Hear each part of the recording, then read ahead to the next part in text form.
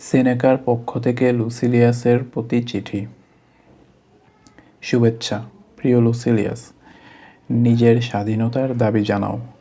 যে সময়টুকু এতকাল তোমার কাছ থেকে কেড়ে নেওয়া হচ্ছিল বা চুরি হয়ে যাচ্ছিল অথবা এমনিতেই ফুরিয়ে যাচ্ছিল, সেই সময়টুকু এখন থেকে সংগ্রহ করো এবং আগলে রাখো।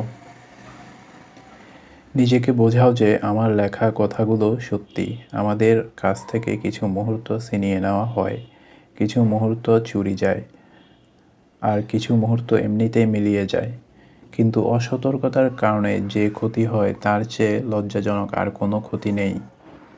একটু নিবিড়ভাবে খেয়াল করলেই তুমি দেখতে পাবে যে যখন আমরা ভালো কিছু করি না, তখন আমাদের জীবনের বেশিরভাগ সময় হাতছাড়া হয়ে যায়। যখন আমরা অলস থাকি, তখন অনেক সময় নষ্ট হয়। কিন্তু যখন আমরা অমনোযোগী থাকি, তখন আমরা আমাদের পুরো সময়টাই হারিয়ে ফেলি। তুমি কি আমাকে এমন একজন ব্যক্তিও দেখাতে পারবে যে তার সময়ের মূল্য নির্ধারণ করে, যে একটি দিনের কদর বোঝে, যে উপলব্ধি করে যে প্রতিটি দিনই আসলে মৃত্যুর দিকে এগিয়ে যাওয়ার একটি দিন?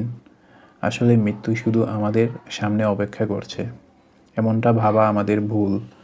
মৃত্যুর অনেকটা ইতিমধ্যেই আমাদের পার হয়ে গেছে, কারণ আমাদের পেছনের পুরো জীবনটাই এখন মৃত্যুর দখলে। সুতরাং প্রিয় লুসিলিয়াস, তোমার চিঠিতে তুমি যা করছো বলে জানিয়েছ তাই করো। প্রতিটি ঘন্টাকে আঁকড়ে ধরো। তুমি যদি আজকের দিনের উপর নিজের নিয়ন্ত্রণ রাখতে পারো, তবে দেখবে তুমি আগামীকালকের উপর কম নির্ভরশীল হয়ে পড়ছো। তুমি যখন দেরি করো, জীবন তখন দ্রুত বেগে ছুটে চলে যায়। লুসিলিয়াস, আমাদের যা কিছু আছে তার সবই অন্যদের, একমাত্র সময়ই শুধু আমাদের নিজস্ব।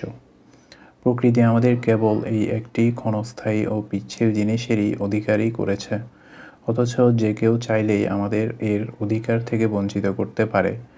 মরণশীল মানুষদের বোকামিটা এমনই, তারা যখন সবচেয়ে ছোট সস্তা কোনো জিনিস ধার করে যা সহজে ফেরত দেওয়া যায়, তখন তারা সেই ঋণের কথা স্বীকার করে। অথচ আমাদের সময় নষ্ট করার জন্য কেউ নিজেকে ঋণী মনে করে না। অথচ এটিই একমাত্র ঋণ যা একজন কৃতজ্ঞ মানুষও কখনো শোধ করতে পারে না। তুমি হয়তো জিজ্ঞেস করতে পারো যে আমি নিজে কী করছি, আমি যে তোমাকে এসব উপদেশ দিচ্ছি। আমি অকপটে স্বীকার করছি আমি অনেক খরচ করি, তবে সাবধানে। আমি আমার হিসাব ঠিকঠাক রেখেছি। আমি এমনটা বলতে পারি না যে আমি কিছুই অপচয় করিনি, তবে অন্তত এইটুকু বলতে পারি কী অপচয় করেছি, কেন করেছি এবং কিভাবে করেছি। আমি আমার এই নিঃস্ব হওয়ার কারণগুলো তুলে ধরতে পারি, তবে আমার অবস্থাটা ঠিক ওইসব মানুষের মতোই যারা নিজেদের কোনো দোষ ছাড়াই দারিদ্র্যের মুখে পড়েছে। সবাই তাদের ক্ষমা করে ঠিকই, কিন্তু কেউ তাদের সাহায্য করতে এগিয়ে আসে না। তাতে কি আসা যায়?